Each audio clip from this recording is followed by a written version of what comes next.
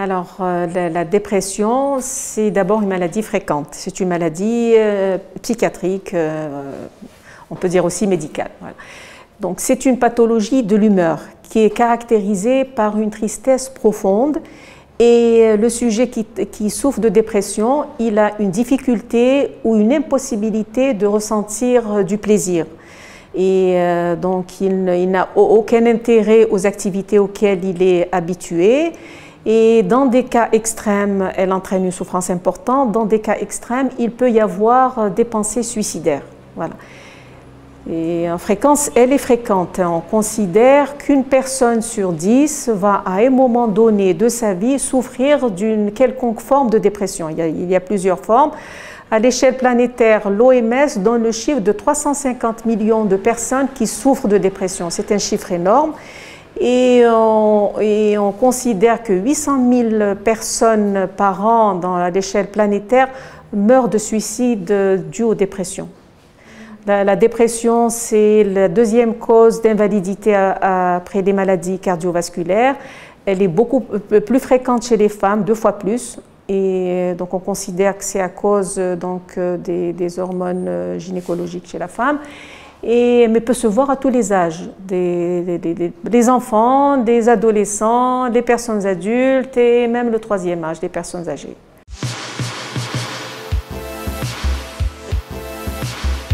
La personne dépressive, c'est une personne qui est triste. Donc c'est une personne qui peut pleurer, elle est désespérée, elle est pessimiste, donc elle manque d'énergie, donc elle peut être apathique, somnolente, indifférente, ou au contraire, dans certaines formes de dépression agitée, la personne peut être anxieuse, agitée, sans cesse en mouvement, rien ne l'irrite. Donc cette fatigue fait qu'elle délaisse toutes ses activités, qu'elle n'a intérêt à rien. Et elle peut présenter également des problèmes dans la concentration, dans la mémoire, de l'indécision, incapable de prendre une décision et d'avancer dans sa vie. On peut également retrouver des plaintes plutôt somatiques, le type qui se plaint parfois de céphalée, de douleurs gastriques, abdominales, voire tout le corps qui est malade et il va aller faire examen sur examen et les examens vont se révéler négatifs et ne vont rien montrer. On peut aussi avoir des problèmes au niveau de l'appétit. Souvent, c'est de l'anorexie, c'est-à-dire que le sujet n'a pas envie de manger, ça peut s'accompagner donc du perte de poids, des troubles du sommeil, souvent de l'insomnie ou des réveils fréquents. Mais il y a des formes de dépression où, au contraire, le sujet va être somnolent, il va passer le plus clair de son temps allongé à ne rien faire, voire également hyperphagique, manger beaucoup et prendre du poids. Et on voit souvent l'hyperphagie et la somnolence dans certaines formes de dépression, des dépressions saisonnières qui commencent au début de l'automne et l'hiver et certaines formes de dépression qui rentrent dans le cadre de maladies psychiatriques, des troubles bipolaires. Et autre chose, donc le sujet qui est dépressif va se culpabiliser, il va se dévaloriser, il pensera qu'il ne sert à rien, qu'il ne vaut rien, il croit qu'il est responsable de tous les maux. Voilà. Et chez les personnes plus jeunes, chez les enfants par exemple, c'est des troubles du comportement. L'enfant est turbulent, il crie, il n'écoute pas, il ne s'intéresse pas à ses cours. Un adolescent, par contre, en plus des troubles du comportement, on peut avoir des conduites impulsives comme les fugues, les prises de drogue, donc il faut y penser devant ces symptômes. Bon, il faut savoir, donc on a cité les symptômes en général, mais la dépression, c'est une maladie très hétérogène. C'est-à-dire qu'on peut avoir certains symptômes et pas d'autres, en quantité et en gravité différentes. On a des formes de dépression légère, moyenne intensité et des dépressions graves ou majeures.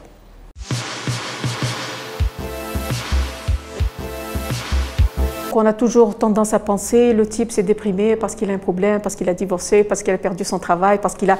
Donc on parle souvent de dépression réactionnelle ou situationnelle. Donc on parle de dépression réactionnelle ou situationnelle lorsqu'il y a un événement extérieur qu'on peut relier à son état. Donc ça peut être n'importe quoi, deuil, maladie, donc séparation, perte de travail, des stress continus, mais ça c'est la partie évidente. Parce qu'il y a souvent une vulnérabilité de la personne sous-jacente. Voilà. Donc, quand on parle des causes, il n'y a pas une seule cause de la dépression. C'est une maladie dont les causes sont multifactorielles. Il y a donc déjà des causes génétiques. Il y a des formes familiales. J'avais cité les maladies, les troubles bipolaires qui sont caractérisés par une alternance de troubles dépressifs ou d'états d'excitation, donc qui s'améliorent et qui rechutent. Ou des dépressions récurrentes, comme ça, la dépression vient, elle s'améliore, il y a un risque de rechute. Ça, c'est des dépressions où il y a des formes familiales. Il y a aussi des altérations au niveau de la neurochimie du cerveau, des neuromédiateurs. Il y a bien sûr tout ce qui est réactionnel, toutes les difficultés existentielles, les troubles de personnalité qui peuvent favoriser les dépressions. Il n'y a pas que ça. Certaines maladies peuvent favoriser les dépressions. On peut parler, pour citer les plus connus, les maladies neurologiques, la maladie d'Alzheimer, le Parkinson, les accidents vasculaires cérébraux, certaines maladies hormonales comme l'hypothyroïdie, certains traitements comme les stéroïdes ou les corticoïdes. Donc il faut penser à tout ça quand on est face à une dépression.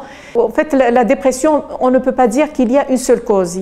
On dit qu'elle est multifactorielle.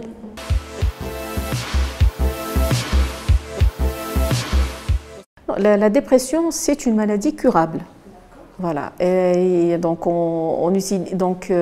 dans les dépressions, par exemple, comme on a dit, il y a des formes légères, des formes moyenne intensité, des formes graves où le sujet il est complètement désocialisé, il quitte son travail, il se sent triste. Dans les dépressions d'intensité légère, la guérison est la règle dans 80% des cas. On peut, soit par la psychothérapie uniquement, ou dans certains cas, association de psychothérapie et de traitement médicamenteux.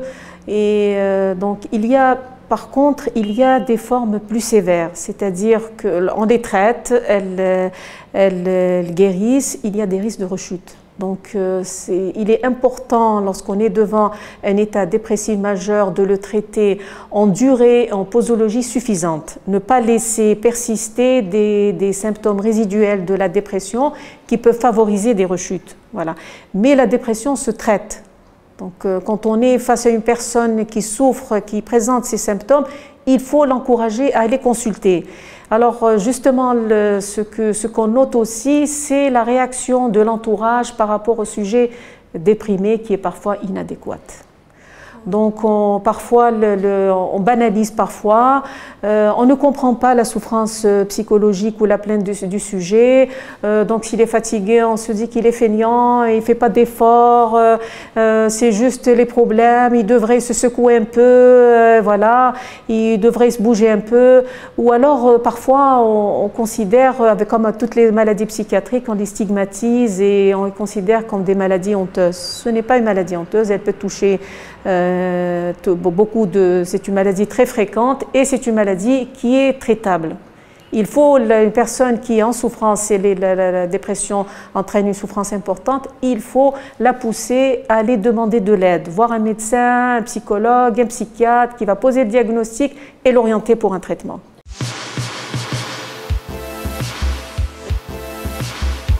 Alors là, tout dépend de les formes de dépression. Les soins psychologiques peuvent suffire, donc les psychothérapies de soutien, les thérapies cognitivo-comportementales qui sont efficaces dans les dépressions. Lorsqu'il s'agit de dépression légère, elles peuvent suffire.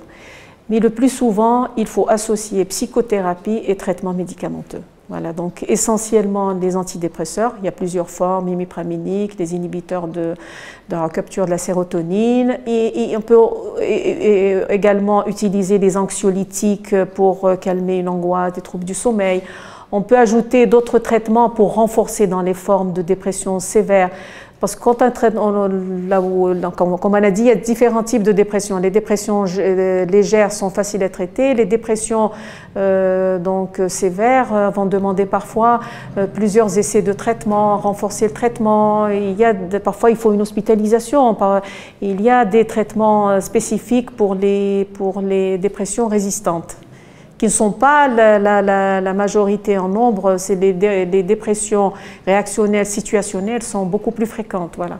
Mais certaines dépressions peuvent nécessiter des moyens plus poussés, électroconvulsivothérapie. Aujourd'hui, il y a des traitements récents de stimulation magnétique intracrânienne. Ils peuvent nécessiter aussi une hospitalisation. Mais la dépression, c'est une maladie qui se traite et qui répond au traitement.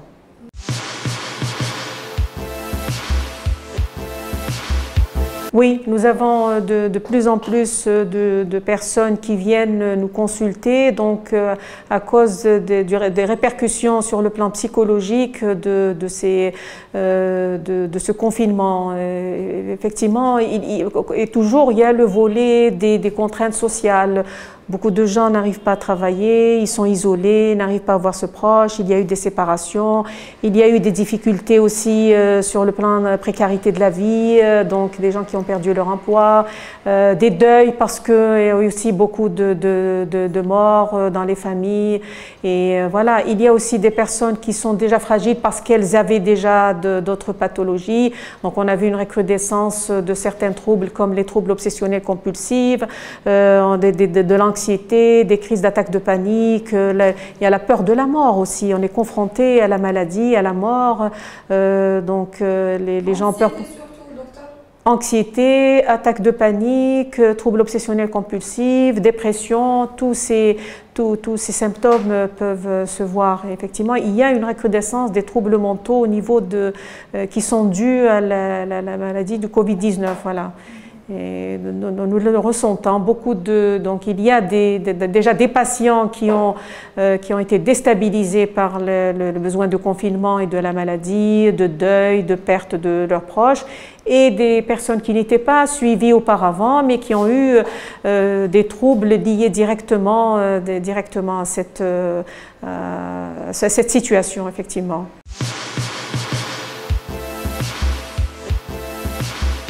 C'est dur pour les enfants, bien que le confinement n'a pas été respecté. Malheureusement, chez nous, c'est pas une bonne chose. Mais enfin, bon, on ne respecte pas on n'a pas respecté les règles de distanciation sociale. Il n'y a pas de port de masque. On va au marché, on sort. Les enfants ont pris des vacances et voilà. Mais effectivement, donc ça dépend. Donc, toute famille a ses circonstances. Une famille qui vit dans un réduit donc à 10, 11, et c'est beaucoup plus compliqué qu'une famille qui a beaucoup plus d'espace, qui a beaucoup plus de moyens, qui n'est pas touchée dans ses revenus. Donc les gens ne sont pas égaux par rapport au stress qui est causé par la pandémie. Mais la situation est difficile d'abord parce qu'il y a le stress par rapport à la maladie. Les personnes donc ont peur pour eux, ils ont peur pour leurs parents qui sont malades, ils ont perdu des proches, donc ils sont en période de deuil, ils ont mal, et toujours la peur comme ça, reprendre l'école, anticipation, est-ce qu'ils doivent envoyer leurs enfants, est-ce qu'ils doivent ne pas les envoyer, donc ils sont toujours à la recherche d'informations qui sont parfois contradictoires, il faut le faire, il ne faut pas le faire, il faut rester à la maison, non, il faut sortir, il y a quand même des impératifs. Donc tout ça crée beaucoup de stress et beaucoup de difficultés au niveau des familles en fait. Voilà. Pour les enfants et pour les adultes également.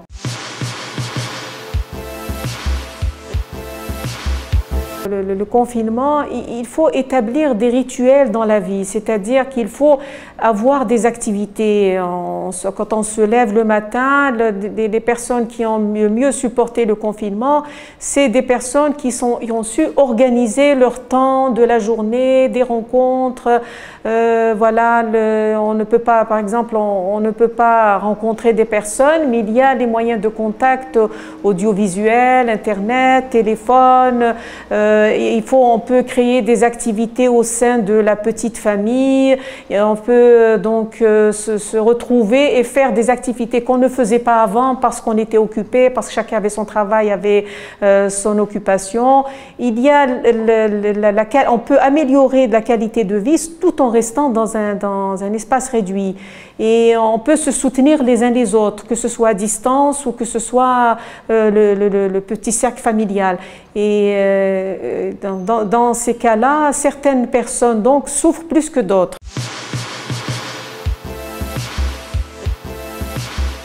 La catégorie de personnes qui vont venir consulter, c'est souvent les adultes. Mais nous savons que les enfants aussi souffrent. Donc, les enfants, en fait, ils sont confinés, ils ne comprennent pas. Et parfois, les adultes se sentent mal. Ils ne peuvent pas toujours, lorsqu'on est stressé, qu'on a perdu un proche, on n'est pas en état de s'occuper d'un enfant, de son fils, de sa fille qui elle-même est confrontée à ce confinement, et au stress et au deuil. Donc tout le monde est impacté. Il n'y a pas, donc en chiffres, on n'a pas de statistiques pour qu'on vous donne des chiffres. Tout ce qu'on peut vous dire, c'est que la souffrance psychologique et les troubles psychologiques ont augmenté pendant cette période de confinement. Ça, c'est sûr. On le sent dans nos consultants, beaucoup de troubles sont liés directement ou ont commencé en décours de ce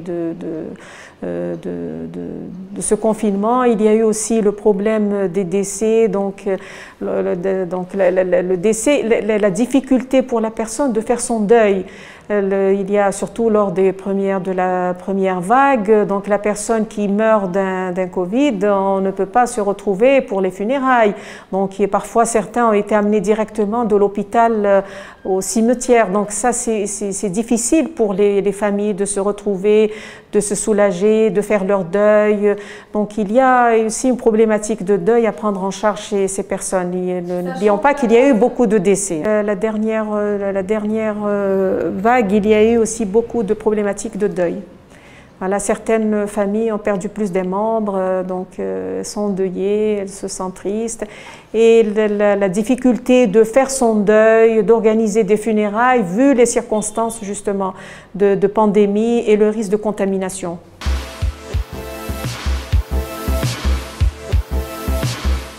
On l'espère tous, donc nous on va encourager les personnes à aller se faire vacciner justement pour arriver à une unité donc, de groupe et empêcher qu'une autre vague nous touche. Aujourd'hui, fort heureusement, il y a le vaccin, je pense que pour le moment c'est la seule chose qui pourrait arrêter cette pandémie et revenir à une vie normale.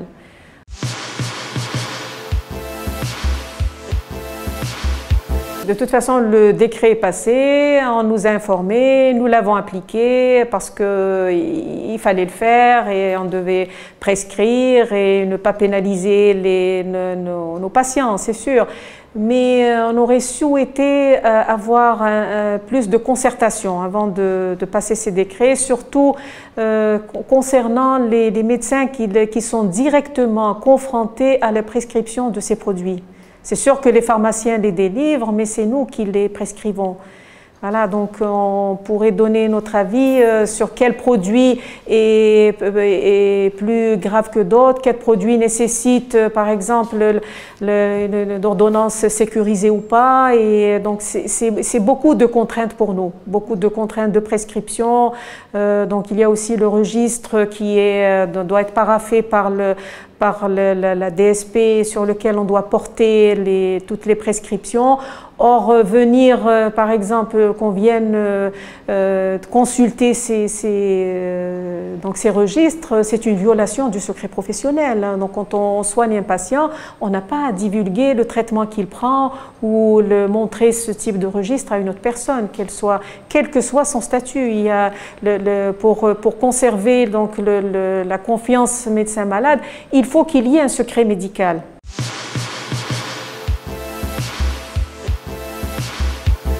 Réglé, non, pas complètement. Et donc, par exemple, moi personnellement, j'ai commandé des ordonnanciers à souche et donc une des feuilles des ordonnanciers, au lieu qu'elle soit jaune, elle est bleue. Donc, et j'ai eu des soucis avec des pharmaciens qui m'ont dit non, il nous faut une jaune, il nous faut la couleur jaune alors qu'il y avait toutes les informations dessus.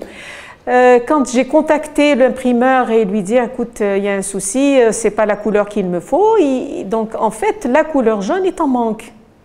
Donc là, il faut changer les choses, il faut accepter la couleur bleue. La couleur ne peut pas changer grand-chose à la prescription.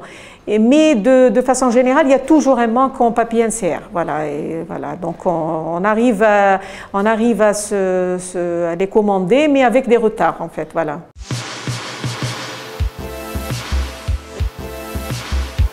Oui, en fait, c'est-à-dire qu'en fait, ces ordonnances à souche sont faites pour limiter le trafic, mais elles peuvent être trafiquées aussi. Hein. C'est des ordonnances qu'on imprime chez juste un numéro de série et c'est tout. Bon, le principal problème, justement, c'est cette difficulté de les avoir, de les commander déjà pour commencer, et c'est la surcharge de travail en fait. Donc il ne faut pas oublier, donc il faut prendre des informations supplémentaires d'adresse. Donc parfois on nous demande le sexe du patient, taille et tout ça qu'on trouve pas nécessaire. On a le nom, le prénom, l'âge, c'est ce qu'on est censé porter sur une ordonnance, c'est pas autre chose. Donc en fait, ce qu'on dénonce, c'est l'absence de concertation à l'avance. On devait s'entendre. Comment faire les choses, qu'est-ce qu'il fallait faire?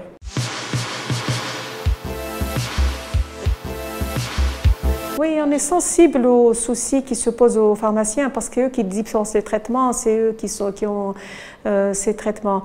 Mais bon, je ne sais pas si ça peut protéger parce qu'on a vu également certains pharmaciens faire part de la surcharge de travail, de la difficulté qu'entraînait ce type d'ordonnance.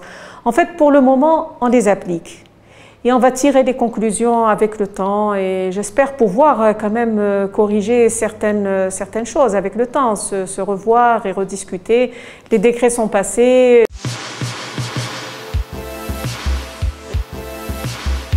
Au niveau du médecin, donc au niveau du médecin, nous avons toutes les informations concernant le patient, c'est-à-dire qu'on a nos dossiers, des informations très poussées. Nous avons toutes donc des données personnelles, donc par exemple des informations comme ça des ordonnances. On n'a pas besoin de garder trace de l'ordonnance, par exemple, dans la mesure où le traitement il est porté sur nos dossiers. Bon, le décret stipule qu'il faut garder une ordonnance pendant 2 ans, on l'a gardé, et un registre pendant 5 ans, on l'a fait.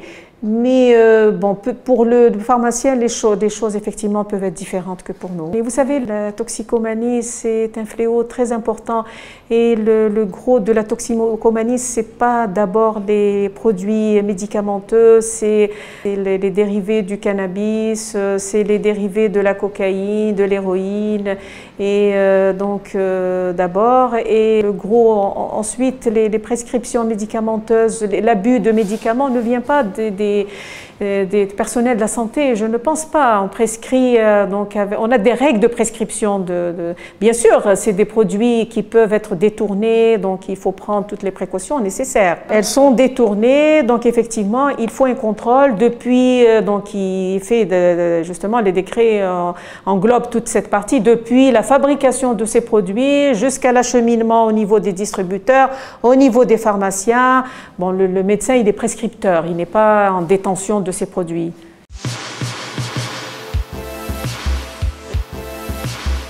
Bon, pour le moment, nous avons appliqué le décret. Donc, nous avons accepté, nous avons appliqué, nous avons commandé les registres et nous travaillons tels qu'ils sont. On fera donc part de nos impressions au fur et à mesure à nos tutelles, à notre tutelle aussi bien médicale que, voilà, on verra avec le temps ce que ça donnera.